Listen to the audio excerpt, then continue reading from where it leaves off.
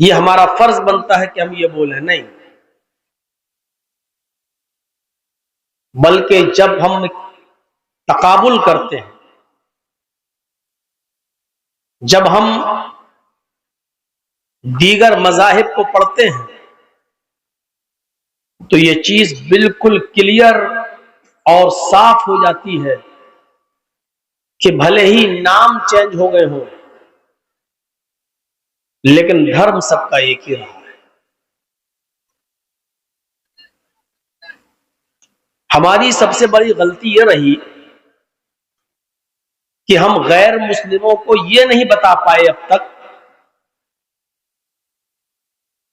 کہ یہ اسلام صرف محمد الرسول اللہ کا دین نہیں ہے۔ آج بھی ہمارے برادران وطن جو ہمارے ہندو بھائی ہیں، دوسرے لوگ ہیں، آج جو ہم سے گھرڑا کر رہے ہیں، نفرت کر رہے ہیں، اور ہندو مسلم کی جو راجنیتی چل رہی ہے آج کے اس دور میں،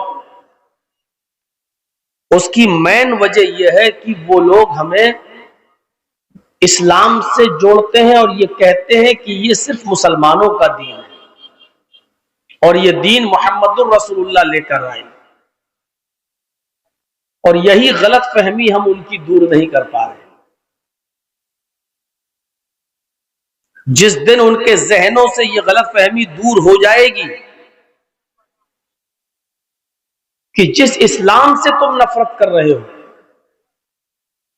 اور جن مسلمانوں سے تم گھرڑا کر رہے ہو، جس دین سے تم کنارہ کشی اختیار کر رہے ہو،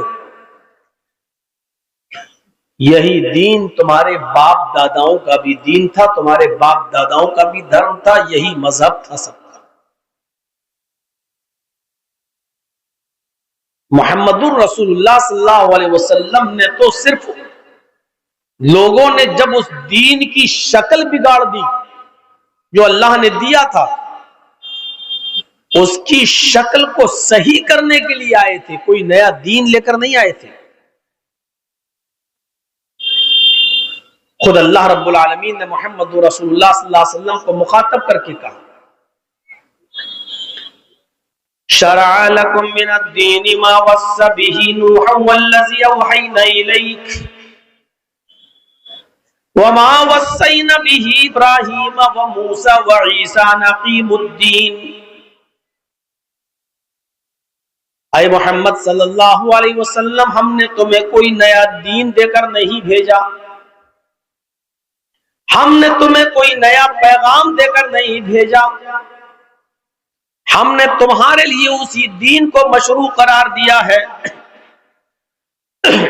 ہم نے تمہارے لیے اسی دین کو استھاپت کیا ہے، اسی دین کو مشروع قرار دیا ہے، اسی دین کے نفاذ کا حکم دیا ہے جو دین آپ سے پہلے ہم نے نوح کو دے کر بھیجا تھا،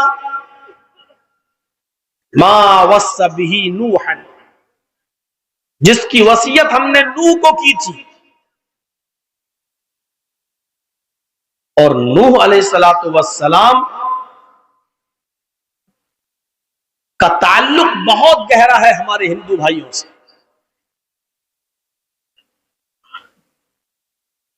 آپ منوسمرتی اگر پڑھیں گے، ہندو بھائیوں کی ایک کتاب ہے جس پر ایک بکھیڑا بھی کھڑا ہوتا ہے، اکثر پارلیمنٹ میں بھی ہوتا ہے۔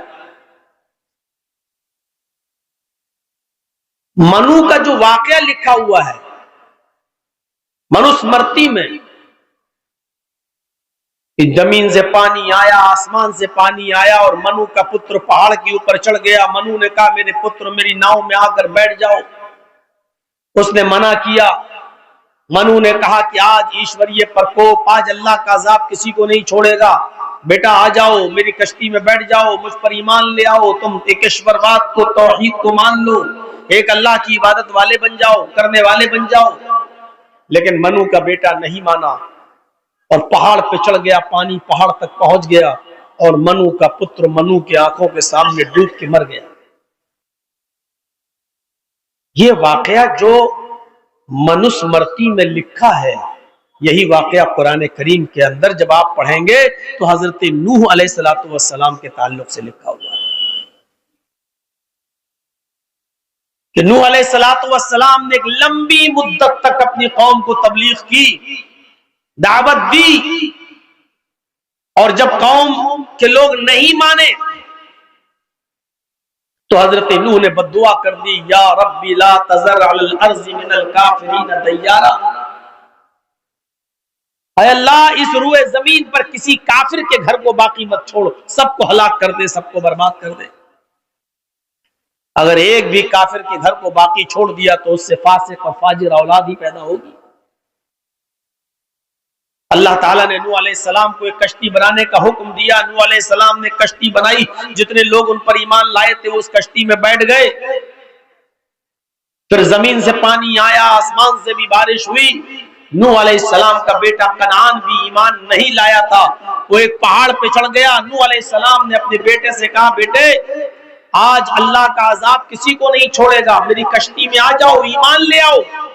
لیکن نوح علیہ السلام کا بیٹا نہیں مانا، وہ اپنے کفر پر اڑا رہا، اور بالآخر پانی پہاڑ تک پہنچ گیا، اور نوح علیہ السلام کا بیٹا اسی پانی میں ڈوب کر مر گیا۔ سب سے پہلے نوح علیہ السلام کے انتقال کے بعد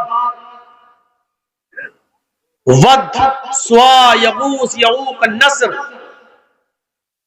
جو قوم نوح کے اندر بہت بڑے بزرگ مانے جاتے تھے، بڑے صالحین نیک لوگ مانے جاتے تھے، سب سے پہلے ان کی قوم نوح کے انتقال کے بعد ان کی مورتیاں بنائی گئیں، اور قوم نوح نے ان کی پوجا کرنا، ان کی عبادت کرنا، ان سے مانگنا، ان سے منتیں کرنا اور سمانتیں کرنا شروع کر دیا۔ مورتی پوجا کی استھاپنا وہاں سے ہوئی اور اب تک چلی آ رہی ہے۔ ہمارے ہندو بھائی اپنے آپ کو منو سے جوڑتے ہیں، یعنی پراچین دھرم ہے۔ تو اللہ رب العالمین نے کیا کہا؟ یہی دین میں نے نوح کو دے کر بھیجا تھا۔ ہم بتا نہیں پائے اپنے غیر مسلم بھائیوں کو کہ یہ تو منو کا دھرم ہے۔ منو بھی اسی دین کو، اسی دھرم کو لے کر آئے تھے۔ کرشن جی اور رام چندر جی بھی اسی مذہب کو لے کر آئے تھے۔ اللہ رب العالمین نے آگے کہا کہ صرف نوح ہی نہیں، شرع لکم من الدین ما وصى به نوح والذی اوحینا الیک وما وصینا به ابراہیم وموسیٰ وعیسیٰ نقیب الدین۔ ہم نے یہ دین دے کر نوح علیہ السلام کو بھی بھیجا تھا، اور نوح کے بعد جتنے بھی پیغمبر اس دنیا میں آئے ہم نے ابراہیم کو بھی یہی دین دے کر بھیجا تھا، موسیٰ کو بھی یہی دین دے کر بھیجا تھا، عیسیٰ کو بھی یہی دین دے کر بھیجا۔ آدم سے لے کر محمد رسول اللہ تک۔ یہ بات ہم نہیں سمجھا پائے اپنے بھائیوں کو آج تک، اور اسی لیے آج خمیازہ بھگتنا پڑ رہا ہے، ورنہ ایشور یہ دھرم ایک ہی ہے اور وہ اسلام ہے۔ الگ بات ہے کوئی اگر کہتا ہے کہ ہم سناتنی ہیں، کہو اپنے آپ کو سناتنی، لیکن مول شکشاؤں کو تو دیکھو، مول تعلیمات جو ہم ان کو تو دیکھو، جو شکشائیں جو تعلیمات آپ کے سناتن دھرم میں ہیں وہ اسلام سے مل رہی ہیں۔ کلمہ سب کا ایک، ہر زمانے میں یہی کلمہ پڑھا جاتا رہا۔ نوح علیہ السلام اس دنیا میں آئے تو کلمہ پڑھا جاتا تھا، لا الہ الا اللہ، نوح رسول اللہ۔